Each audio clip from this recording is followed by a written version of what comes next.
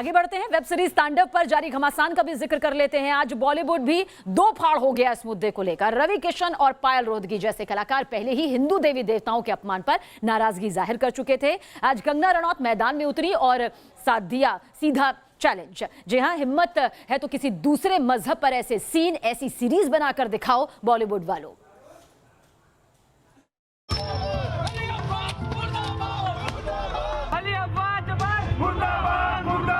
Web series तांडव में हिंदू आस्था के अपमान पर घमासान अब सड़क और सियासत से होता हुआ बॉलीवुड तक पहुंच चुका है। तांडव पर जारी तनातनी में लेटेस्ट एंट्री है हाई वोल्टेज बयान देने वाली कंगना रनौत की। कंगना ने एक ट्वीट किया जिसके टारगेट पर थे डायरेक्टर अली अब्बास जफर। क्या आप अपने धर्म का मजाक बनाकर ऐसे माफी मांग सकते हैं? क्या अपने किसी इष्ट पर ऐसा मजाक बनाकर माफी मांग सकते हैं? आप ऐसा नहीं कर सकते, क्योंकि माफी मांगने के लिए आप बचोगे ही नहीं। या तो गला काट दिया जाएगा या जिहादी देश फतवा निकाल देंगे। तुम्हें न सिर्फ जान से मार दिया जाएगा बल्कि उस मौत को भी जस्टिफाई किया जाएगा। अब बोलो, है हिम्मत मजाक उड़ाने की? कंगना का ट्वीट सिर्फ गुस्सा नहीं है, ये अपने अंदर कई ऐसे सवाल समाये हुए हैं जो बॉलीवुड पर सालों से उठते रहे हैं। पहला सवाल ये कि क्या सहिष्णु होने की वजह से ही बार बार हिंदू आस्था को निशाने पर लिया जाता है?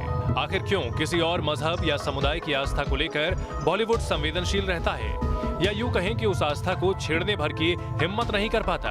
क्या मजहबी कट्टरपंथ वो वजह है जिसके चलते दूसरे धर्मों पर कोई कटाक्ष नहीं होता और हिंदू आस्था को तार तार किया जाता है? कंगना ने हिंदुओं की आस्था पर चोट को सीधे सीधे जाफर के मजहब से जोड़ा। जफर से जवाब नहीं आया, लेकिन बॉलीवुड में एक बड़ा तबका तांडव सीरीज से जुड़े लोगों और उनके इरादों को कटघरे में खड़ा कर रहा है।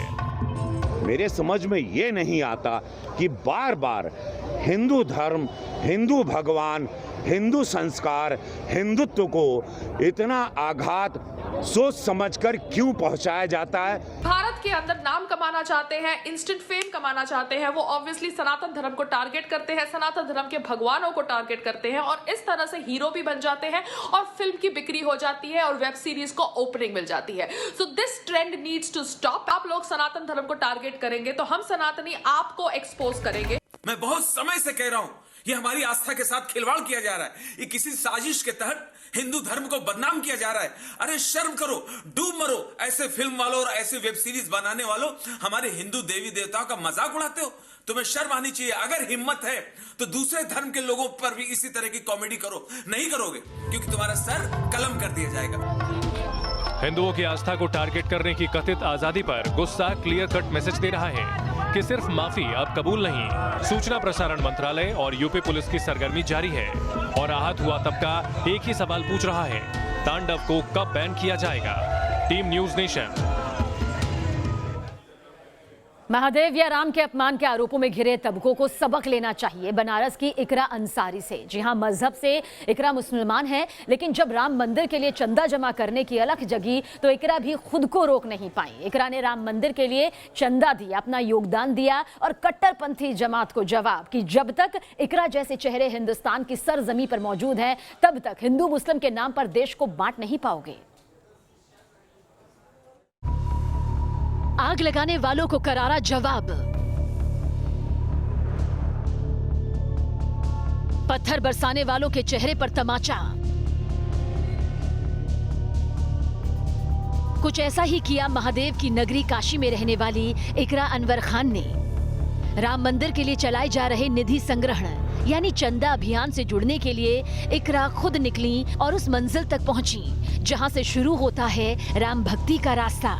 इकरा अनवर खान ने राम मंदिर निर्माण के लिए 11,000 रुपए का योगदान दिया और साथ ही हाथ पर श्री राम का नाम भी लिखवाया। मुसलमान होकर राम मंदिर के लिए दान देना शायद कट्टरपंथियों को ये हजम ना हो, लेकिन इकरा के लिए इबादत में फर्क नहीं है। उनके लिए राम और रहीम अलग अलग नहीं हैं। जैसे कि हम सब जानते हैं कि राम जो है पूरे भारत के भगवान है, सिर्फ हिंदुओं के ही नहीं, हम मुसलमानों के भी हैं। जैसे लोग बांटते हैं कि नहीं, जैसे वो वैसे जैसे लोग हैं वो कहते हैं कि नहीं बाबरी बननी चाहिए थी या चीज़, लेकिन नहीं, वो धरती जो है वो राम जी की है और राम जी की ही थी। इकरा ने जो पुण्य कमाया उसकी गवाह रहे स्वामी जितेंद्रानंद। स्वामी जितेंद्रानंद का कहना है कि वो इस पल को कभी नहीं भूल पाएंगे। आज इकरा अनवर जी ने जो दान किया, इसके लिए ये स्वागत योग्य और बधाई की पात्र हैं और इन्होंने नई पीढ़ी के युवक युवतियों को एक बड़ा संदेश दिया है। इकरा ने जो किया उसे तारीख भी याद रखेगी, जब एक नौजवान मुस्लिम लड़की ने भारत की गंगा जमनी तहजीब को चरितार्थ कर दिया और साबित कर दिया कि हिंदू मुस्लिम भाई भाई सिर्फ शिगुफा नहीं, दिल में बसा एक बाखसाब जज्बा है। बंगाल के चुनावी दंगल में अब तक पसलियां और सिर फोड़ने की धमकियां दी जा रही थी, रोजाना सड़कों पर डंडे और बम चल रहे थे, लेकिन अब इस चुनावी फाइट में हो गई है मूर्ति तोड़ पॉलिटिक्स की एंट्री। जी हां, पश्चिम बंगाल के बर्धमान से ये चौंकाने वाली तस्वीर सामने आई। बर्धमान के एक सरकारी स्कूल में लगी स्वामी विवेकानंद, नेताजी सुभाष चंद्र बोस और गुरुदेव रविंद्रनाथ टैगोर की मूर्तियां अज्ञात शख्स ने तोड़ दी। किसी ने मूर्ति का सिर तोड़ा तो किसी ने चेहरा। मूर्तियां टूटने की घटनाएं सामने आई तो बीजेपी फौरन हरकत में आई और टीएमसी पर इन शर्मनाक करतूतों को अंजाम देने का इल्जाम मढ़ दिया। बीजेपी ने इस बाबत पुलिस में शिकायत भी दर्ज कराई है।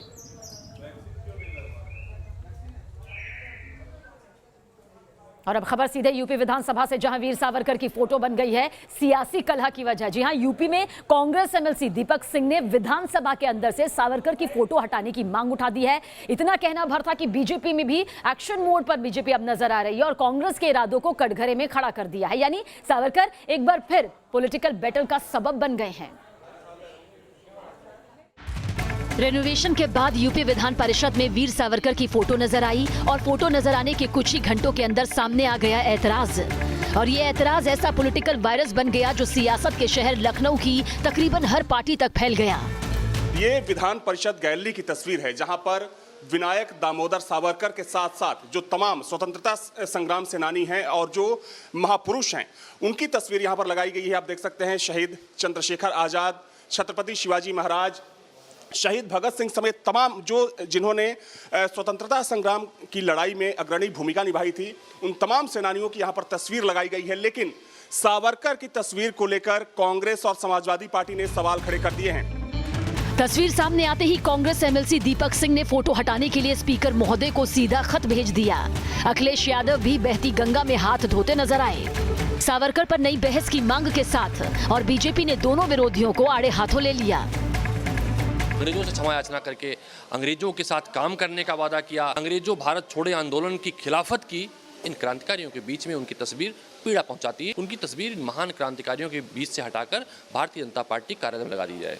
युवाओं नौजवानों में देश की आज़ादी के लिए किस किस ने कितना योगदान किया, इस पर बहस जरूर होनी चाहिए और हमें उन सब का सम्मान करना चाहिए जिन्होंने देश की लड़ाई में आज़ादी दिलाने में काम किया। कांग्रेस और सपा जिस दुर्दशा से उत्तर प्रदेश या हिंदुस्तान में गुजर रहे हैं उसके पीछे उनकी ये मनोदशा है कि जो हमारे वीर हैं, जो हमारे गौरव गाथा, संस्कार, संस्कृति, धर्म, आस्था, इन सब की विपरीत विचारधारा की ये पार्टियां चल रही और इसीलिए इन पार्टियों का ये हाल है कि वो हाशिए पे पहुंचती जा रही। सावरकर के नाम पर सियासत चरम पर थी, लेकिन आम लोगों के अंदर इस फोटो को लेकर अलग सवाल था। सवाल ये, क्या वाकई ऐसी दलीलों से समाज का भला होता है या ये सिर्फ सियासत चमकाने का हथियार है? वीर सावरकर जी इस देश के लिए, राष्ट्र के लिए समर्पित रहे और वीर सावरकर जी को लेकर अगर कोई राजनीति कर रहा है तो वो गलत है। वीर क्रांतिकारी थे देश के लिए, उन्होंने बहुत संघर्ष किया है। कांग्रेस और ये समाजवादी पार्टी या एक्सवाईजेड जो भी राजनीति कर रहे हैं नहीं करनी चाहिए, गलत बात है। सावरकर जी ऐसे थे जो जेल में रहकर 2 बार फांसी खाए थे। देश के लिए उन्होंने संघर्ष किया है। अगर उनके लिए कोई पार्टी नेतागिरी करती है या राजनीतिकरण करती है तो ये बहुत ही गलत है। सावरकर का नाम कांग्रेस के लिए पुराना मुद्दा रहा है, लेकिन इस मुद्दे में समाजवादी पार्टी का कूदना बताता है कि बीजेपी के बढ़ते कद ने पहले चुनावी गठजोड़ को मजबूर किया और अब मुद्दों पर भी बीजेपी विरोधी साथ साथ हैं। Team news nation. सावरकर विरोध कांग्रेस का वो एजेंडा जो सालों से बदस्तूर जारी है। अब आपको दिखाते हैं कब कब किस तरह कांग्रेस ने सावरकर के नाम पर निशाना साधा, ये आपको बताते हैं। दरअसल मार्च 2016 में कांग्रेस ने भगत सिंह और सावरकर की तस्वीरें ट्वीट करते हुए वीर सावरकर को देश का गद्दार करार दिया था। इस ट्वीट पर राहुल गांधी को मानहानि का नोटिस भी भेजा गया था। साल दिसंबर 2019 का भी जिक्र कर लेते हैं, जब राहुल गांधी ने कहा था, मेरा नाम राहुल सावरकर नहीं, राहुल गांधी है, मैं मर जाऊंगा लेकिन माफी नहीं मांगूंगा। वहीं फरवरी साल 2020 में कांग्रेस सेवा दल के अध्यक्ष लालजी देसाई ने कहा था कि सावरकर ने अंग्रेजों से 11 बार माफी मांगी, जबकि गांधी जी ने कभी अंग्रेजों के आगे घुटने नहीं टेके। कांग्रेस के नेता डिबेट से लेकर बयानों तक बीजेपी पर पिछले 70 सालों के मुर्दे उखाड़ने के आरोप लगाते रहे हैं, लेकिन भूल जाते हैं कि कुछ ऐसे मुद्दे उनके साथ भी चस्पा है जिनका आज शायद सियासत के सिवा कोई और मकसद नहीं। आगे बढ़ते हैं। इंडिया को वैक्सीन मिली, ब्राजील को जैसे देशों ने भी मेड इन इंडिया वैक्सीन मांगी, लेकिन देश में कुछ ऐसे लोग हैं जिन्हें वैक्सीन से डर लग रहा है, खौफ सता रहा है। जी हां, अचानक कुछ लोगों को वैक्सीन लेने में हिचक हो रही है, जिससे वैक्सीन के तय टारगेट पर असर भी पड़ता नजर आ रहा है। और डॉक्टर्स कह रहे हैं, भैया घबराओ मत, आराम से वैक्सीन लगवाओ।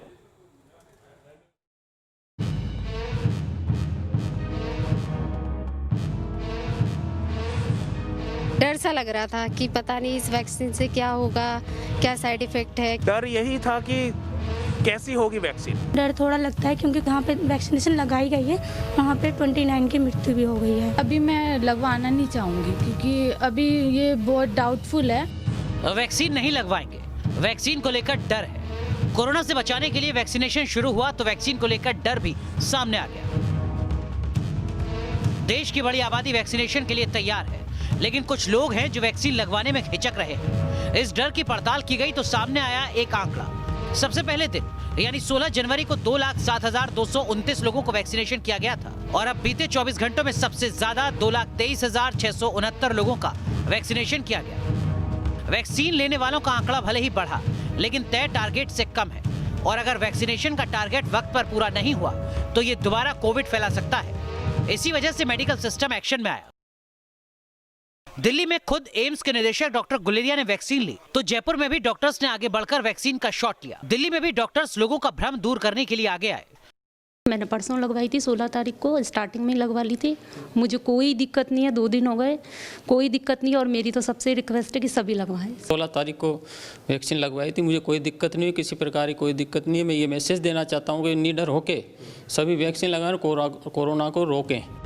इस डर या भ्रम की वजह है वैक्सीनेशन के पहले 3 दिन के बाद सामने आए आंकड़े। 16 से 18 जनवरी के बीच वैक्सीन लेने के बाद साइड इफेक्ट के 580 मामले सामने आए हैं।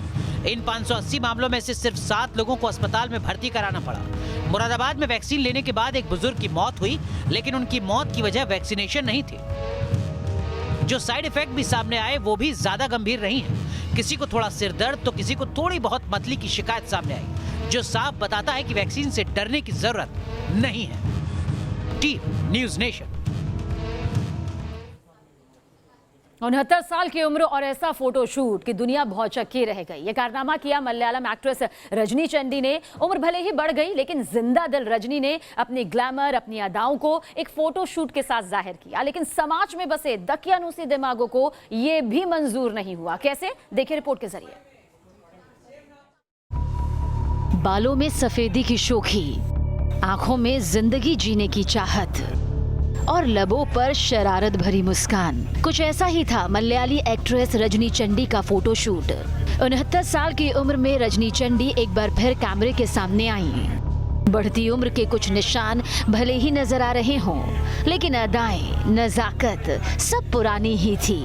रजनी चंडी ने ये फोटोशूट कराकर मानो पैगाम दिया, उम्र बस एक नंबर है, जिंदगी तो जब चाहो जी सकते हो। लेकिन जिन लोगों के जहन में दकियानूसी ख्यालों का वायरस लगा है, उनका भला क्या करें। इस फोटो शूट को लेकर रजनी चंडी को ट्रोल किया जाने लगा। आप खुद ही देखिए सोशल मीडिया पर रजनी के लिए क्या क्या नहीं लिखा गया।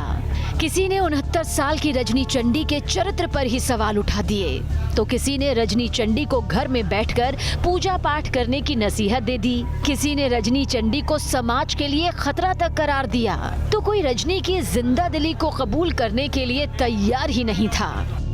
रजनी चंडी को बुरा भला कहा गया, लेकिन वो डरी नहीं, डटी रही। आपको बता दें कि 65 साल की उम्र में रजनी चंडी ने फिल्मों में डेब्यू किया था। फिल्मों से लेकर वो मलयालम में बिग बॉस जैसे शो तक की हिस्सा रही हैं। आप ही सोचिए कितने आजाद होंगे वो ख्याल जो 65 की उम्र में भी नई दुनिया में कदम रखने की हिम्मत रखते हों। लेकिन रजनी के लिए समाज की खोखली सोच आजाद ख्यालों की दुश्मन बन गई।